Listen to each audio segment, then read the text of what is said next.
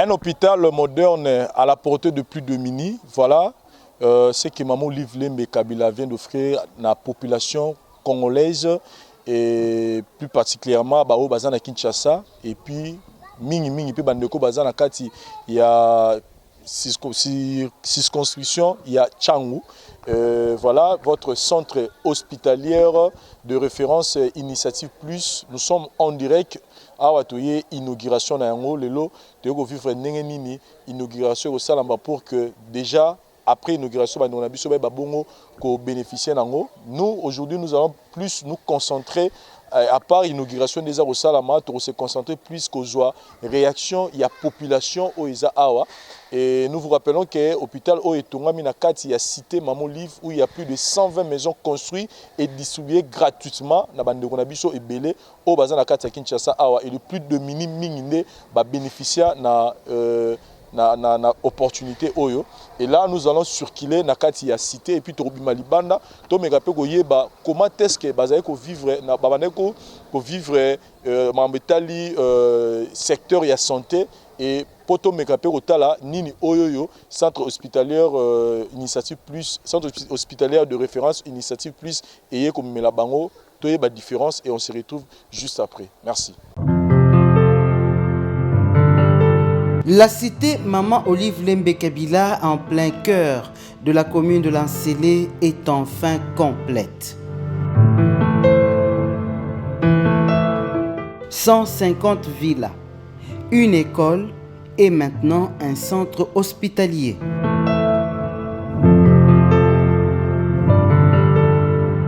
Après 10 années de dur labeur, d'abnégation et de privation,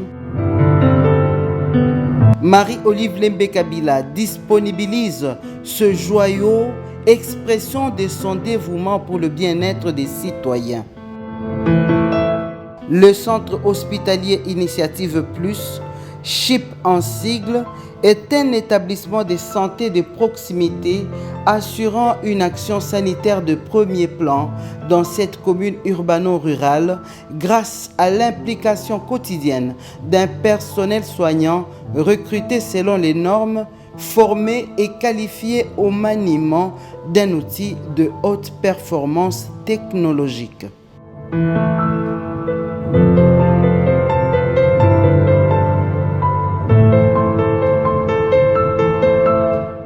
Cette équipe fraîchement formée a bénéficié d'un enseignement approprié pour identifier les malades atteints de la COVID-19 afin de les transférer dans les centres retenus par le gouvernement.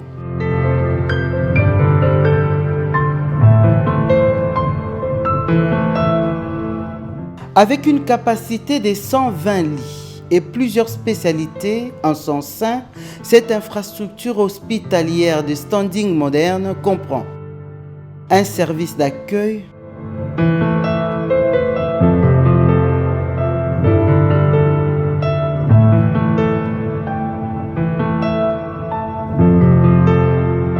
une banque de sang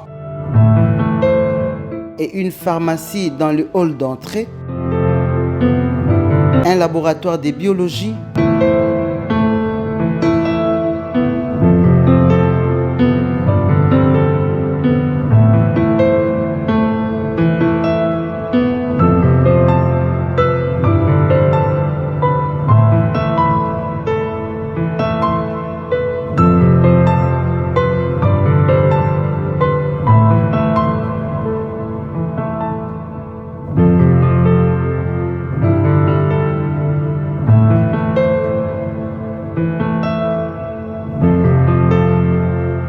une salle d'urgence,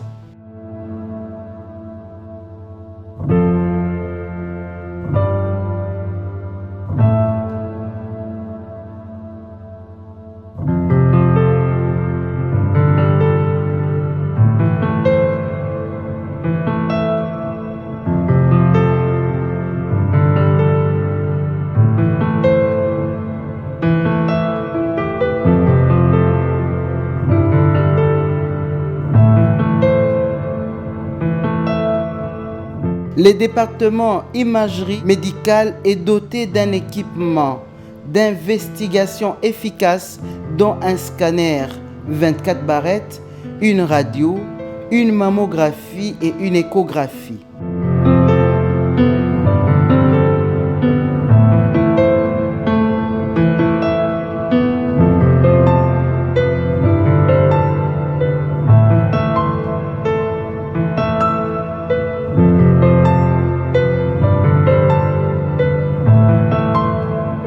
Le CHIP a 3 blocs opératoires ultramodernes offrant plusieurs possibilités de chirurgie, notamment la cœlioscopie et la chirurgie cardiovasculaire.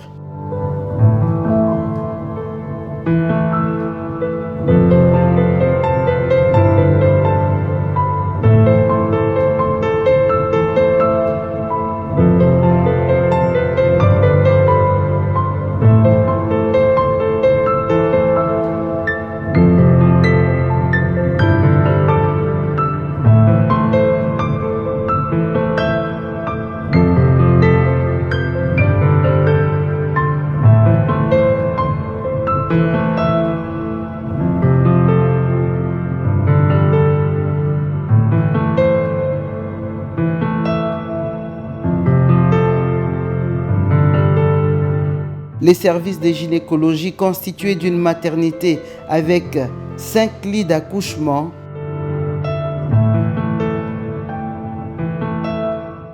une néonatologie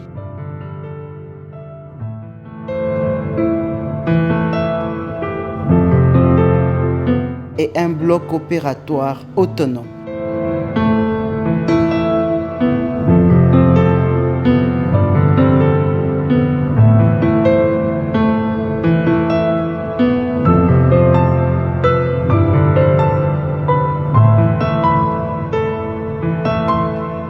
La salle de réanimation équipée d'un matériel de suppléance des grandes fonctions vitales pour redonner la vie aux patients.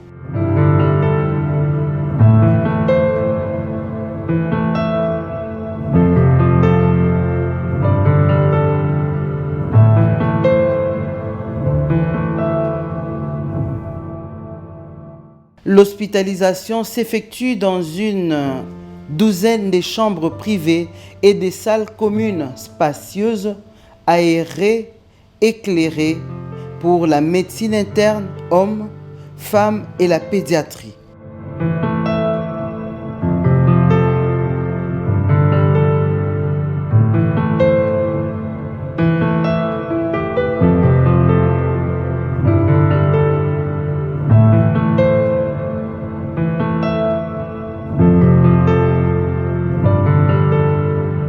Le CHIP a réservé une place importante aux consultations pour diverses spécialités avec un box de prise des signes vitaux.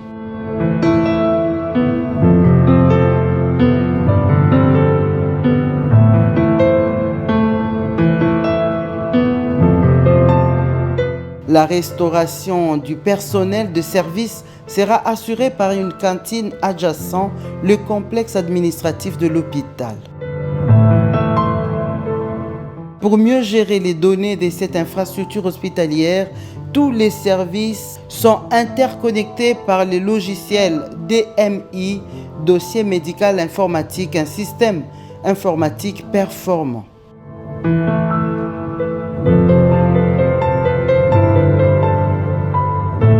Une fois de plus, Marie-Olive Lembe Kabila vient d'exprimer son amour pour le prochain en assurant l'égalité des chances d'accéder aux soins de qualité et à moindre coût.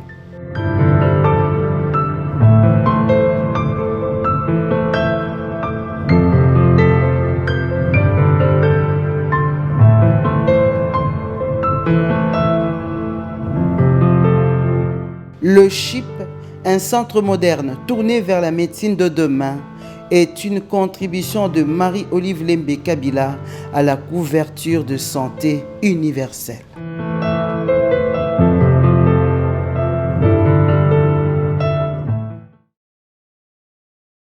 Bonjour maman. Tomonio awa na cité awa vandaka awa? Te nga vanda ko tote na vanda libanda cité. Siko awa oye kosala nini? te naza na bacamarade nanga baconnaissance nanga naye kodefisa babilamba na bamapapa awa. Ok.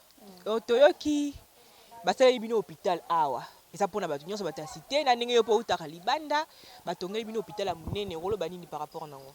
Bon, toujours remercier ka Maman Olive pour na hôpital wana parce que avant ezalaki te. Même biso bato toza en dehors à cité, biso nyonso tozali na difficulté wana. Ezalaki ata mpo na obota, il faut que l'hôpital a musika, okende hôpital en échographie, ba otinda hôpital mususu que dépenser lisu mbongo ebele na ba transport. Donc to sepeli na nenga sali biso pour faciliter biso et puis chose grave o ezaki ezande na moins cher. Pour to yebi mingi ba hôpital a minene o ezalaka. Ba échographie, ba radio, ba kiné, ezalaka moi passe. Ezalaka moi passe mais Maman Olive ateli biso nyonso ezali. Donc oza na poso futa moto te transport tenga na mona le roi mangolu mo boy. Siko na kala ubadé ko sala ndeni po bo se soigner. Peza ki pe na talo nini? Bon, pona ko se soigner ba moyen ezalaka so boza mutuka na bino. Boke na mutuka na musika na ba kota ba Info Bank, Bibwa, Kinkole. Pokuna nde ba hôpitaux ezali ya moi bien. Eza ya moi bien koto ezalaki te. Ka ba dispensaire bana ba okufa belé na ba dispensaire. Ba traiter moi ne lo mususu fi ke bazana ba appareil wana te moi ba mo ne lo ko déranger moi ne zate peut-être ça problème à makila koto banque de sang ezala te bana ba kufa belé ezala donc mususu le temps pour ça l'intervention bo kendo hôpital à musika vi ke za musika makasi na moyen de transport moi na kufi na nzela. Donc c'est que ndenge batieli bino hôpital boye yo sepeli mais ba place bana ko kende wana ndenge lobi que bana kende ba hôpital ya misika est-ce que ça qui cher tout ça qui cher te mama yango nde likambo to kenda kana na fiche eza na ba hôpital mususu okoma kuna fiche eza na ba trimestre comment ndeti na école kaka même hôpital okenda mais ceux qui après 5 mois moi na belo zonge kuna il faut son ba fiche ba 6 000 ba $5 donc comme à chaque fois moi na belo il faut fiche à pamba no ba simbi moi na te na ba premier soin ka ba pese moi dipéron na fièvre ba $15 ba $20 ekufa bo so za na ngote bana ba okufa boy na mutema passe po mbongo ezate maladi eloba te tango ezoya. Donc c'est que ba place wana misusu ezalaki eza talo kutu bato bakomaki au préféré vaut mieux asombi bakisi ya mimelisi na ndako po soki aki hôpital a dépense mbongo wana eza te basi baobota baokangama na bahôpital mbongo afuta eza te po abima aboti makangani. Siko ndenge bozalaka na Bibwa awa po babiyo lobi ovanda na cité to ovanda na libanda bino babitant ya libanda ya cité ba condition de vie ni bozalaka nango est-ce que mai ezalaka courant ezalaka bana batangaka ndenge nini bopipaka ndenge nini okobetela biso na mwa lisolo muke. Bon biso to vivre na biso bien mikolo nde bama ya forage ye mais avant parce que on a sali 7 ans avant bama ya forage ezala été bato banda kotoka ma ya foro likolo mais biso tozalaki bien po Maman Olive atela biso mai libanda biso bato akati te pompe ya libanda ezala. Ah donc pompe ya kati eza ya cité mais bino pe na libanda boza pe na pompe. Atela biso pompe. Oh là là. Boyaka botoki mai boke bozongi bosokoli bilamba donc courant toza na courant pe ya ye biso bata libanda. Oh bino bata libanda pe bosa la courant na ye. Toza na courant na mai na ye donc a facilité biso na point wana. Tobanda ko mela eau potable grâce na ye courant ezali bien par rapport à na commune mususu na ville eza bongo te biso ozana biso bien. Tiens ya liboso non opesa Maman Olive merci po ba mama pe belé bazaki pe ba mama ba konzeme basela ki biso aboete mais to yo mona Maman Olive aseli biso pe eza pe loko liboso te to mona ki pe banda kuna pesa ki batu ba ofele na ba veuve en tout cas sali ya mingi. Pe atali susu ke ba mama esika bazali il fallait pe hôpital ezala po to nyoka mamen mikobota na biso pasi po matali suti likolo bikota bibwa kuna to ke luko hôpital mais Maman Olive aye kosunga biso ateli biso hôpital ya kitoko eza pe en plus pe nesika moko ke mutako bunga ngote aroya facilement pa komi esali déjà ebele na quartier soki ezalaki même milieu na ndenge banda oyebana te ese yebani déjà makasi à partir ya arte ya posé wana na kala tozalaki soki lelo ke ka wana esengi ke ba transfert yo musika place okende eza te fale okende ti ba mama yembo ti moto modi ke mkune fo okende mais na moment ndenge avant Maman Olive asa to banda ko soigner pe na mais CNPP ezalaki wana ba condition etalaki ba mama te to beke zo hôpital ya maboma mais le maman Olive va faciliter biso aseli biso hôpital ya kitoko eza na maternité eza na ba makambo c'est beto pe ba médecin pe baza pe ba médecin ba wuti pe musika ba ozwa soin na biso ba hôpital wana ezalaki nango ba niveau likolo makasi biso siko to ando préfère to na biso na bambongo te to keka na ba centre mo mikie mais centre mikie ezokokisa ba poste na so parce que toza bato nzoto eza na ba condition mususu ya makasi yango esengaka ba hôpital ya minene mais le hôpital pas minene ezaki tele maman Olive la facilité biso ndenge salami boyen to to sepeli makasi a continuer ka kusela. Bonjour madame. Vous se présenter? Ngai maman Pascaline Mutela, naza superviseur na gynéco-obstétrique na Initiative Plus na hôpital centre hospitalier Initiative Plus. Merci ndenge ya bibi so maman. Donc un peu d'impression na yo par rapport à hôpital au monene de Monique maman il va tomber hôpital mo monene ya kitoko. Est-ce que tu as moi impression na yo par rapport na yo? Bon, impression hôpital ya moko elobi déjà tant au bokoti bomoni déjà quelle impression boza nango pour l'hôpital. Mais sinon ils a vraiment initiative moko ya monene pe ya malamu. Pourquoi ya malamu puisque na ba milieu lokola oyo toza na périphérie comme on a structure ya monene boye na équipement ya makasi na batu pe bazosala ba oyo baza déjà na loboko. En tout cas c'est pas facile à kosala ngo kosala iloko ya monene boye c'est pas facile, c'est vraiment une bénédiction pour le pays et pour Kinshasa et surtout pour les mamans. Si vous mettez la vision moi solo, on s'est retrouvé à ndenge nini et to moni au sala awa.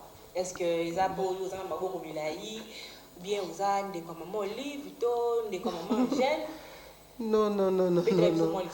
Bon, ngai na komi awa ba senga kinga na ya kosunga pona ndako ezalaki mama tonga déjà ndako bandakala basoma ba matériel ba biloko ba garder on a dépôt alors bazalaki na besoin ya bato oyo ba zana musala wana déjà depuis longtemps moi expérience na bango ekoki kosunga po ba habiller ndako.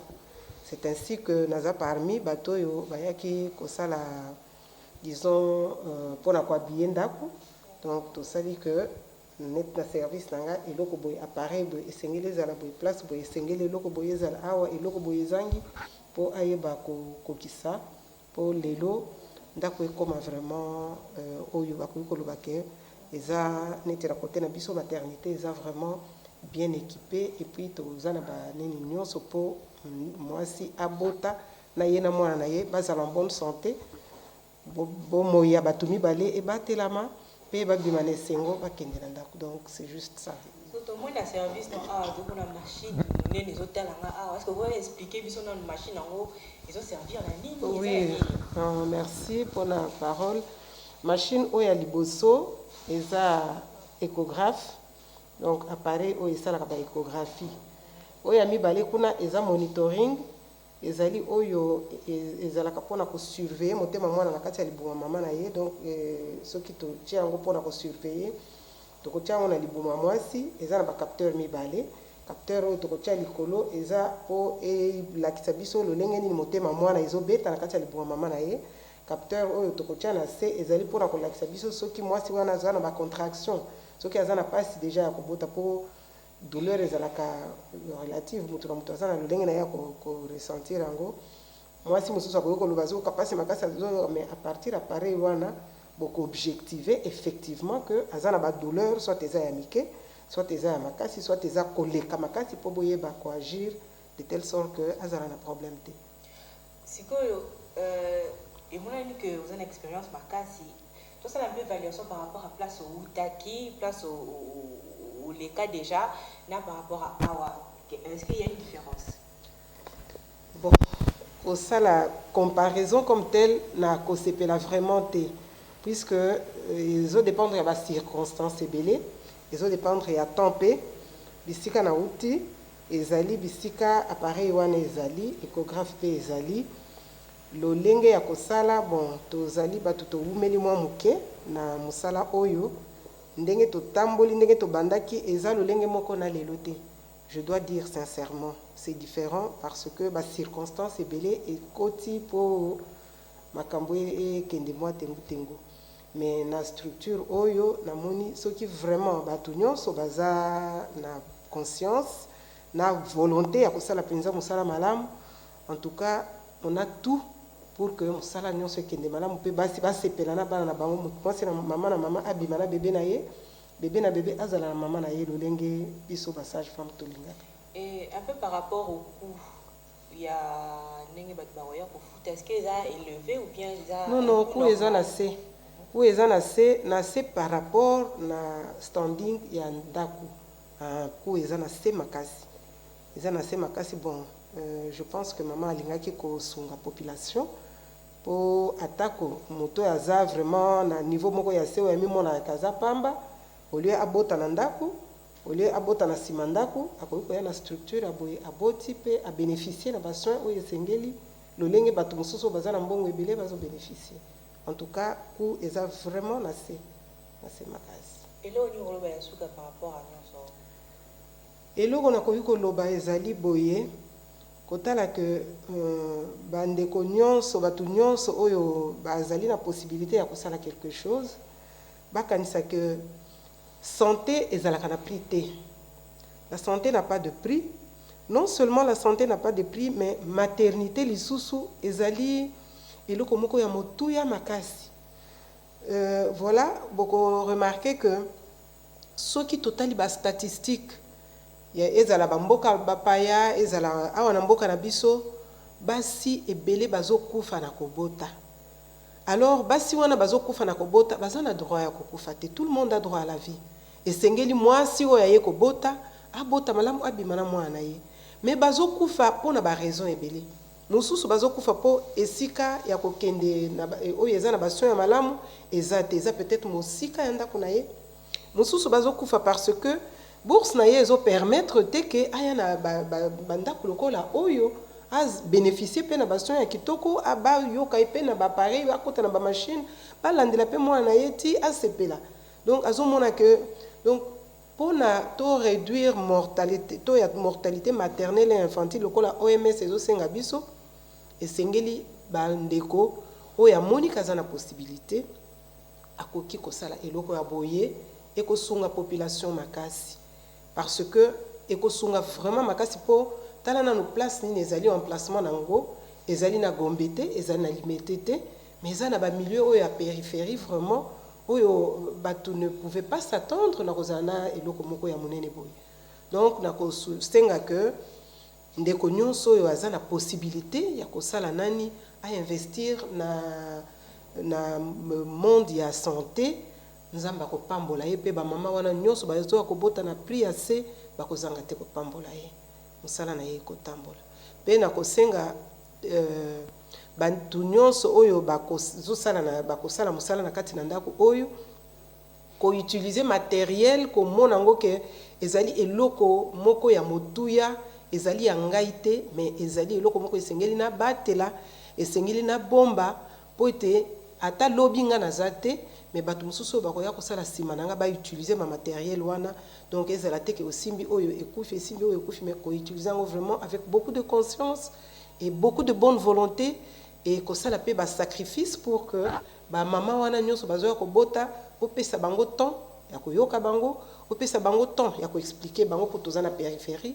ko expliquer bango que awa esengeli otambola boy awa esengeli otambola boy. Il faut beaucoup de conscience, beaucoup d'amour pour que makambo nyonso etambola. Donc ko sala musala ya boye ezali eloko moko ya malamu bato nyonso même bio lobi ko sala pe que otonga pe mususu. En tout cas ça sera vraiment une très bonne chose. Bon ngana kenda nde maluku nazaki kenda ko fungola l'église na maluku ntango naki ofungola l'église na maluku mokolo yango toutaka zamba tokiti tokutana ba jeune garçon moko ayaka otambola na mikanda azoluka baveve siko otanga oluka baveve bana ye aluki mwana na nga moko molimo mwana na nga yebisa yabi te mama na biso nde moto aza veve babengi nga mpe na surprise nga be kosolola kotelema te nazwi kiti napesi avandi tosololi arempli abimisi fiche alobi yo botama abi te nga nabotama le 30 juin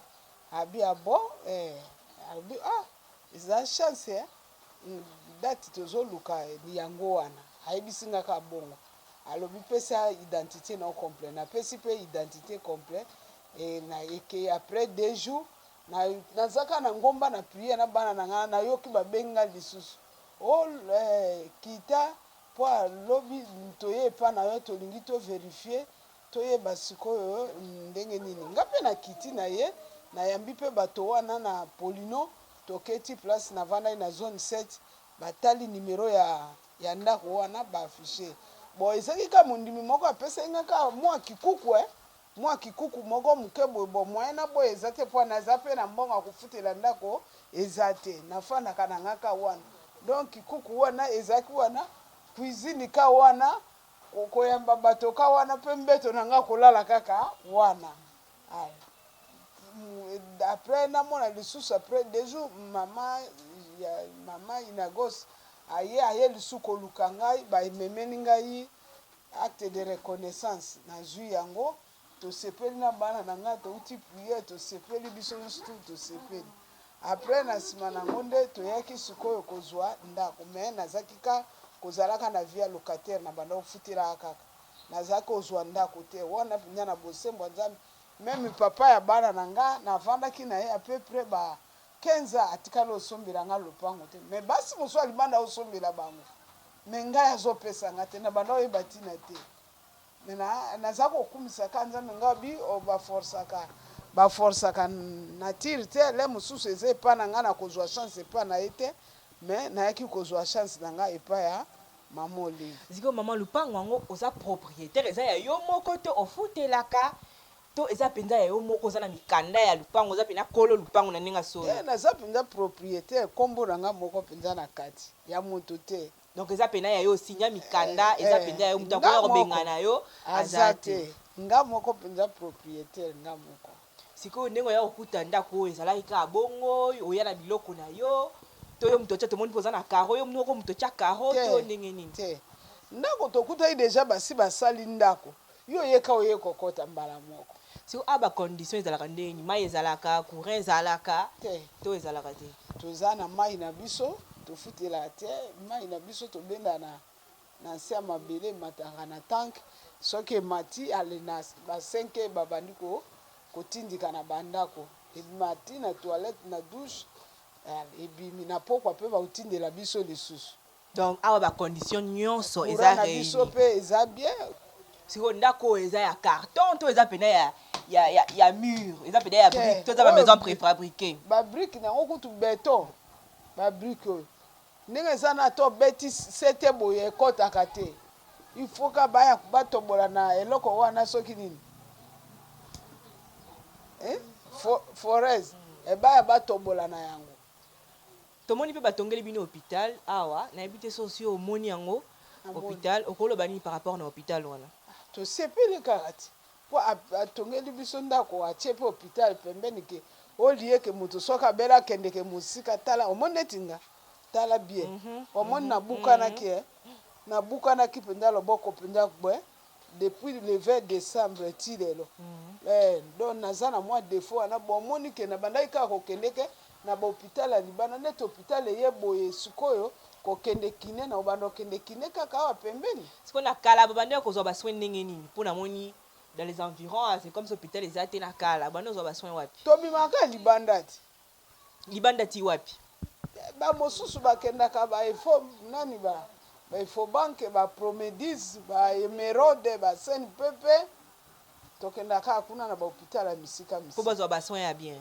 wana neti emerode na promedis wana okozwa hôpital ya bien ozomona mais pembeni awa boye eloko eza te le 30 jours eza ni mama Olive apesa biso esengo na vie mpo tozalaka balocataire tokóma bapropriétaire ezalaka jour moko inoubliable jamais na bavie na biso tokobosana ata mokolo moko te.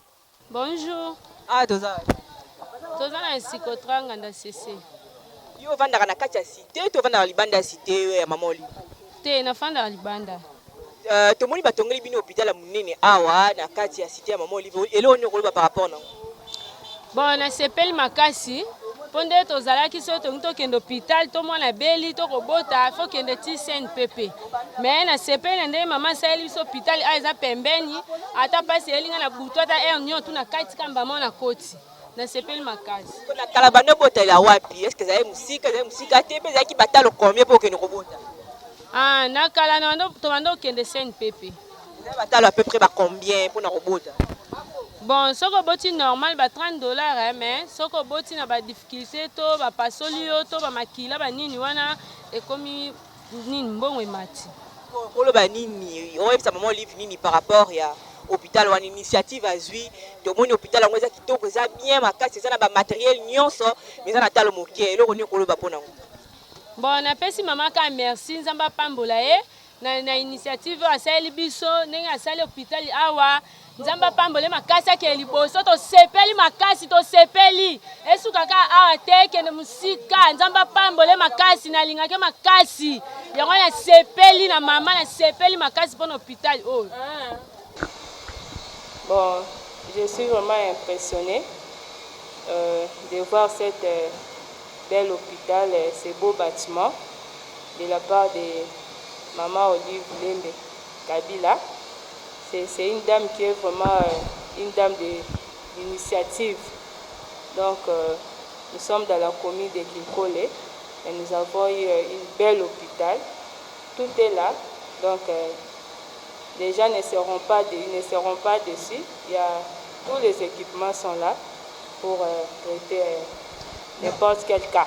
Est-ce que vous pouvez nous raconter un peu comment vous êtes arrivé ici? Parce que vous êtes le personnel de cet hôpital. Oui. Comment vous avez fait pour atterrir ici? Est-ce que c'est parce que vous avez des relations avec Maman Olive ou avec Maman Angèle que vous avez atterri ici? Non, comment ça s'est passé? J'avais aucune relation. C'était juste... Il y a une connaissance qui m'avait informé que non, on est en train de former les gens pour la formation. C'est pourquoi nous étions là. Nous avons passé nos tests, nous avons eu des formations. On a fait des tests, des examens et j'ai été parmi les gens qui avaient réussi. Est-ce que c'est la première fois que vous travaillez dans un hôpital? Oui, c'est la première fois. Et surtout dans la vianderie, je ne savais même pas comment utiliser les machines, quoi. La machine à laver, à sécher, à repasser. Donc c'est ma toute première fois même de voir de telles machines à repasser. Et ça vous plaît d'être dans un environnement hospitalier? Vous êtes heureuse? Oui, vous vous sentez à l'aise? Je suis très heureuse, je suis très à l'aise. Donc on est bien formé, bien encadré par nos profs. Donc on leur dit toujours merci, on leur félicite aussi d'avoir fourni des efforts pour nous former, être là dans cet hôpital. Oui, ngai comme on a domaine, naza ingénieur biomédical. Ingénieur biomédical, il existe. Comment expliquer ça à mon qui? Bon, ingénieur biomédical, c'est-à-dire je m'occupe plus des appareils médicaux. Donc naza technicien d'appareils médicaux. Nazo installer, nazo réparer, je fais la maintenance de ces équipements. Ok, tout le monde peut avoir tout ça la salle où il appareil, ça qui dit. Oh, expliquez puis ça moi quand on balai. Bon, pas de problème. En l'occurrence, na bandi ko expliquer bino. O eza couveuse, babenya ngope incubateur. Donc c'est juste appareil boyo. Rôle nae eza que bébé soki abotami. Akobotama na moi défaut mo boye. Soit abotami na ba fièvre mo boye température ya bien té, abotami na eloko moko ya bien té, alors les autres nini, il faut avoir traitement. Alors moi ko garder classe msusu ezate. Ou soit abotami na kilo moko ya muké, d'où il faut avoir traitement de sorte que à comme à un niveau normal. Il faut batia na couveuse. Couveuse azo jouer rôle yako zalana mwana wana na kati. Docteur a comme température nini bakoki ko utiliser. À partir de la température on a basali réglage. Ce qui basali réglage ba tie bébé na kati et puis ba infirmier bazoya bazia ko pesa traitement na kati, ba pesa traitement par mois na baza bien placé à koyeba quel type de traitement bakoki ko pesa et par mois na wana. Après ce ba moni résultat maintenant et puis si bien que non docteur a dit maintenant c'est bon. On peut, maman peut récupérer l'enfant, à ce moment-là, maman. Oui. Alors, oyo ezali table chauffante. Table chauffante soki mwana botami bazwaka ye teke direct batie na couveuse no. Avant bakosala makambo mosusu wana bakosala baye d'abord na bébé awa basoigne ye balongoli tout ce qui est comme salité banini. Après balatisi mwana so balatisi ye nsima batali baparamètre. Est-ce que mwana abotami na maladi, mwana aza na fièvre, mwana aza na boye, à partir de là préparer mwana nsima soki esengi batie na couveuse batie na couveuse. Soki mpe esengi à partir de là akende pa mama mwana ake pa mama. Eza na résistance moko eshofaka awa nde c'est juste ezochauffe mwana po baarticulation ezonga normale. So, un peu d'impression par rapport à l'hôpital, tout le monde l'hôpital a matériaux très modernes. Est-ce que vous avez moins d'impression par rapport à l'hôpital? Oui, impression et surtout que je suis technicien. Je vous assure que l'hôpital est moderne. Ils ont un matériel fiable, ils ont un matériel ils ont régné pour le moment. Donc, ils ont une technologie à pointe. C'est pour cela que nous avons une explication parce que nous sommes techniciens. En l'occurrence, ce côté-là, différentes tables chauffantes, je pense que tant que service, au moins, équipement. Alors, à partir de la qualité de l'équipement, ils ont les soins, ils ont pris en charge, il y a des malades, ils ont vraiment quitté. Si tout le monde a technicien, ça tombe bien, question les appels pour nayo. Tout le monde a l'hôpital mususu, tout le monde a bâti mon na couveuse boé, courant qui.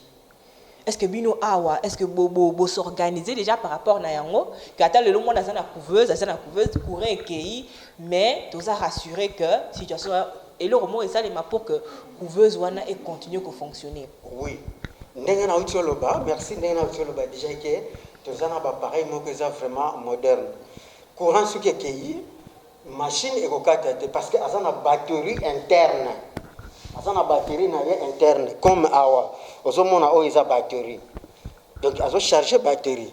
Dès que courant est qui batterie a continuer à faire fonctionner l'appareil jusqu'à ce que à disposition groupe est lancé ou bien une deuxième ligne nationale est lancée. Mais sinon, autonomie déjà à batterie et en plus, tout ça déjà na deux lignes électriques et vraiment très efficace. Donc ce qui manque exister. Ce qui tous les deux est nous avons un groupe électrogène vraiment il y a puissance à ma casse donc voilà quoi beaucoup à décider sur ça.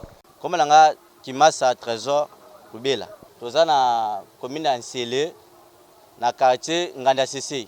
Bon ezalaki pokala Mobutu na tanga kala azalaki na setiyali wana kamade setiyali. Azalaki mingi koya komela masanga koto na CC. Sabi koto ezaka fournisseur ya CC koto utakande koto yo. Yango benga Nganda CC. Bona sepeli mingi pona mama Olive Loka sali initiation ya sali biso koto ya hôpital wana. Aide biso koto ba jeune koto yo na maman Bruno koto ya Nganda CC et loko c'est la première fois koto sala makoto na commune Nsele. Mingi ba ya koto na nini na Nsele ba sa loko moko te. Même atana ex président biso ya kala ya nani Mobutu asala ne to initiative nani maman Olive sali. En tout cas benza loko na nyonso to remercier maman Olive mingi awa sali pona biso koto. Asali biso hôpital, asali biso prince, to remercier na mingi oya sali pona biso. Bon, mingi na mona koto ya parti a célébrer son prince. A célébrer son courage kitoko na nganda nani na cité na célébrer biso. Ya on te remercier maman Olive na. Ozaki passe pona biso. Ce qui passe so tantôt problème ya kamwa maladie. Twando kende tina nini na CNPP. Folo luka mimi tu na maladie na moto, mimi tina nini na CNPP. À travers maman célébrer son prince. Na hôpital a célébrer so awa. To sepeli va ma casse bizai l'organisation mama sali penza. Votre ma journaliste. Pourquoi se présenter? Comme l'anga Esther. Maman Esther ovanda na kacha cité ya Bibo, maman Olive. To moni batongeli bino hôpital ya munene a okolo badini par rapport nango. Moya olobezate. Na tikala nanu komona mwasa mokonzi moko te asala biloko mama azosala. C'est que asungi biso makasi to sepeli. tosepeli mpenza mama umela kaka mama umela azokontinue kaka kosala sikoyo na kala bobande kosala ndeni mpo bozwa basoin mpo bobota tobandaki kosufri fo benga mwana moto akende kotika yo ube bokokende makolo soko omoni mwa pasi ebandi borapidité mba mposo borapidité te moto akobota na nzela me eloko mama asali namona nanu te mama Olivi mama moko asocial mama moko moya kuta koloba eza te ezopesa nga neti ngai mpe nga ndeko émotion eloko mama asali okoyebisa ye nini par rapport nango nakokoyebisa ye kaka mama continue kaka mama azosunga kaka natikala na komona mwasi ya mokonzi boye te ebongai nde nazala kota hôpital yango natambolaka mpo nakoka te natikala na komona hôpital ya bongo te hôpital badocteur bazouta bangalie mawapi bapoto me bazoya tala biso na eloko te me mama alobi bokende kaka ozoyoka mpo natikala na komona mwasi ya mokonzi asala biloko mama azosala so babiki eza hôpital moderne eza na nyonso na kati nyonso ezali nyonso est-ce que c'est salema na Kinshasa namona nanu te namona te neti nga moto ka ngai bo na kozwa mbongo okende bamama ye mo me docteur ya mama ye mo azoya mosusu aye kotraite nga ka malaria pamba ke na ye wana nyonso nani mwasi ya mokonzi na mama wana kaka na mbongo muke yoka $3 na chambre na fanda les climatiseur nini naza na TV eza na kati nazokita mbetu nazomatisa na $3 kaka mama umela mama Olive Lembe mama Kabila asaleli biso eloko moko di jamais vu tomona bato misusu kutu baoyiba bambongo me olia asala eloko moko social mpona peuple baosala yango te baosala biloko na bango moko privé mais mama boboto mama social mama asali eloko moko population bana nyonso ya RDC précisément na Kinshasa bakoya de gauche à droite nord sud est donc bakoya ko hôpital oyo moto akolongwa ville akoya ti koto na hôpital oyo vraiment ya oloba kutu eza te po eloko oyo mama asali eza hôpital moko spécial po biso tobanda otumisama meme na bana po tokende hôpital il faut tozwa ozwi na moto après ozwi transport oke ta mosusu centre ville ou soit oke campem oke bibwa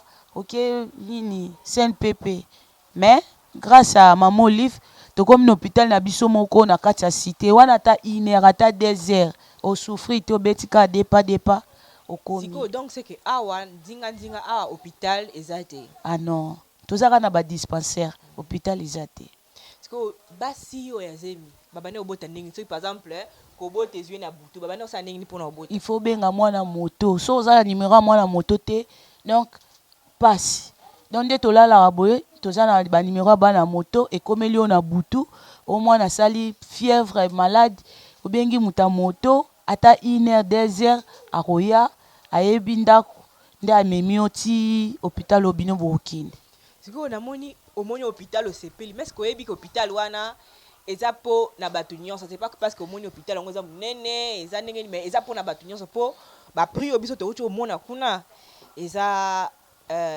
esengo makasi nayebi te soki kala par jour par exemple ndenge oyebi bahôpitaux par jour chambre ekozala combien na bahôpitaux oyo oyebi oyo okendaka wana hôpital totanga kombo te mais bahôpital ya $30 par jour ezali hôpital à $50 chambre moko kaka ezali hôpital moko $40 puis ya suka tango ba 30 par jour mais oya maman siko batie $3 par jour donc $3 par jour eza incroyable mais vrai donc na osenga tout quinoise hôpital à solo yango oyo eza hôpital moko bijou hôpital moko donc pareil nyonso eza na kati awa toko invité vraiment peuple congolais nyonso akitaka malade ezala wapi tozana namoni nanga na uti omona ba ambulance pe kiti awa est-ce que ambulance c'est ça il faut ça tozaki donc il faut benga mwana moto so bengi mwana moto te mwana okufelo na ndako tant musu mwana pa kauki makile sili donc siko boy esengo donc to komi na oya biso moko 0 mètre ambulance pe ye pe na ndako ezui mwana ekei na ezui pe mutu malade ekene hôpital et là on y aurait sa maman livre par rapport à nyonso maman mokonzi awumela nil part à elle awumela na ye awumela biso totombelaka ye 100 ans ata 200 ans asima nzete wana mpena etikala donc elembo ata baluki ye bakozwa ye te bakomona ye te donc epai na ye kozalaka molili bakomona ye te nzambe apambola ye abakisela ye ebele apesa bango esu mayele succès sagesse donc batondisama na nyonso bénédiction biloko nyonso oyo euti epa nzambe apambolama vraiment merci. Bonjour mami. Okana na kati ya cité ara? Ouais, naza habitant a. Siko tomoni batongeli bino hôpital moko moderne na ba norme pena ninga zala na poto. Lobini par rapport nango.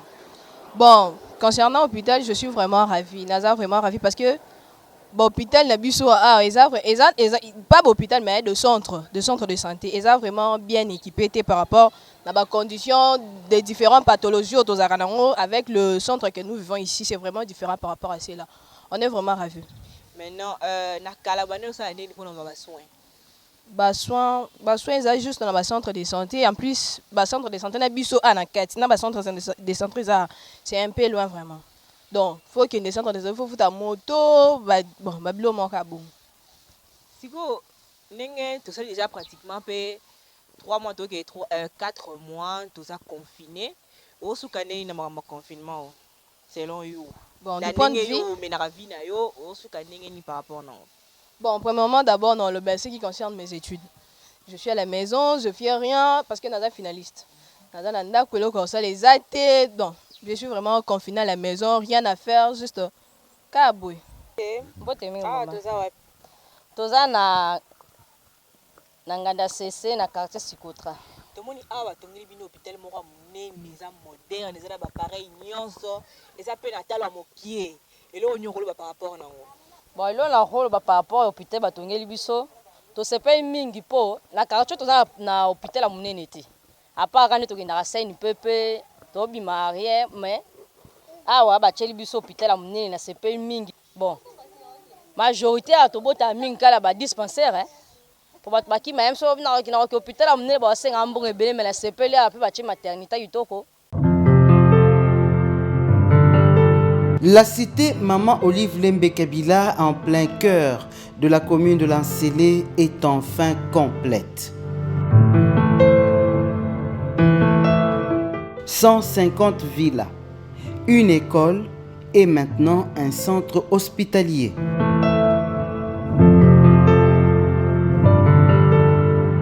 Après 10 années de dur labeur, d'abnégation et de privation, Marie-Olive Lembe Kabila disponibilise ce joyau, expression de son dévouement pour le bien-être des citoyens. Le centre hospitalier Initiative Plus, CHIP en sigle, est un établissement de santé de proximité assurant une action sanitaire de premier plan dans cette commune urbano-rurale grâce à l'implication quotidienne d'un personnel soignant recruté selon les normes, formé et qualifié au maniement d'un outil de haute performance technologique.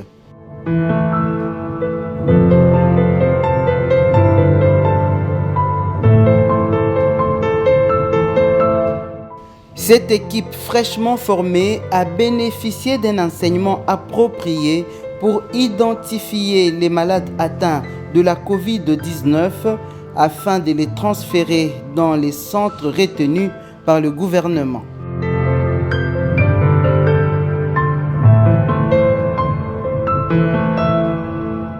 Avec une capacité de 120 lits et plusieurs spécialités en son sein, cette infrastructure hospitalière de standing moderne comprend un service d'accueil,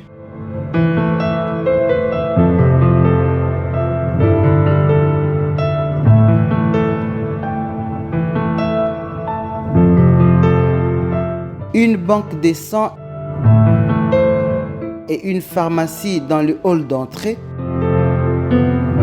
un laboratoire de biologie,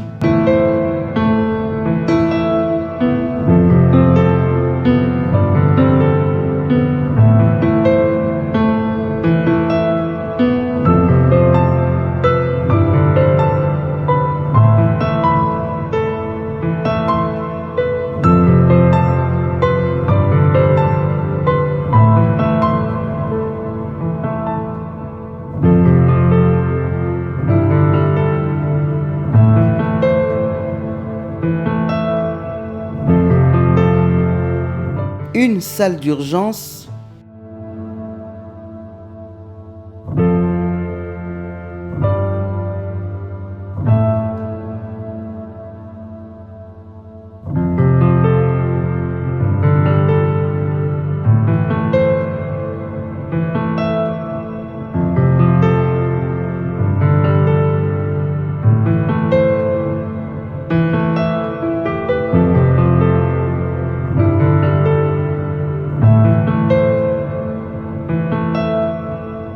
le département imagerie médicale est doté d'un équipement d'investigation efficace dont un scanner 24 barrettes, une radio, une mammographie et une échographie.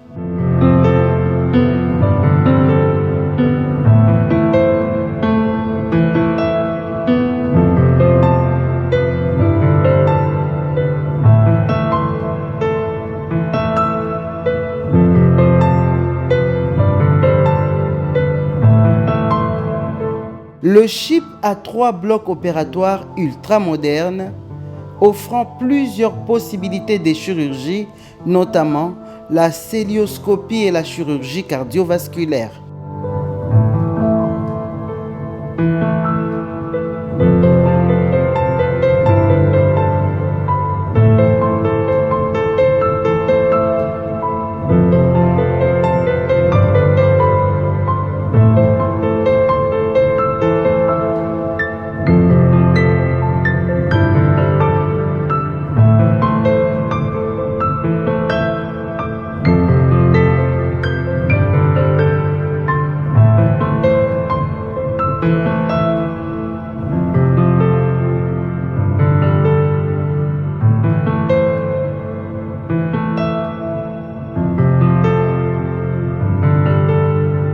Les services de gynécologie constitués d'une maternité avec 5 lits d'accouchement,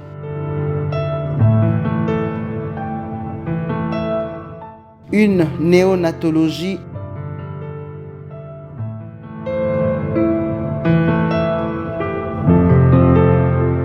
et un bloc opératoire autonome.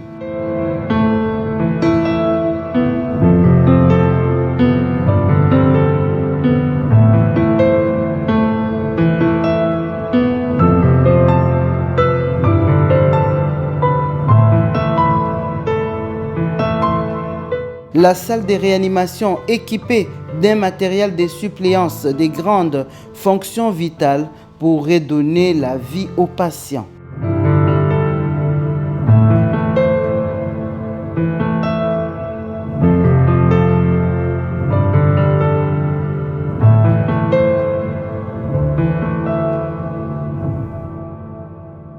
L'hospitalisation s'effectue dans une douzaine de chambres privées et des salles communes spacieuses, aérées, éclairées pour la médecine interne, hommes, femmes et la pédiatrie.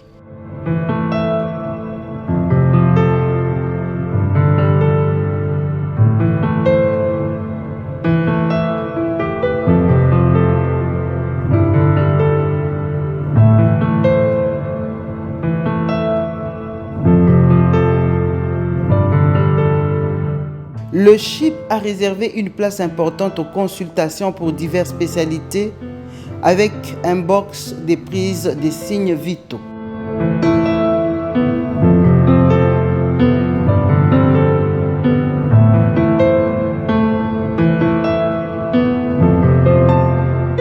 La restauration du personnel de service sera assurée par une cantine adjacent le complexe administratif de l'hôpital.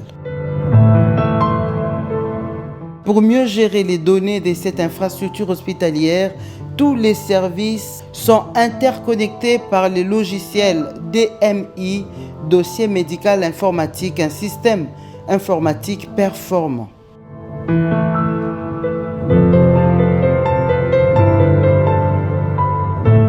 Une fois de plus, Marie-Olive Lembe Kabila vient d'exprimer son amour pour le prochain en assurant l'égalité des chances d'accéder aux soins de qualité et à moindre coût.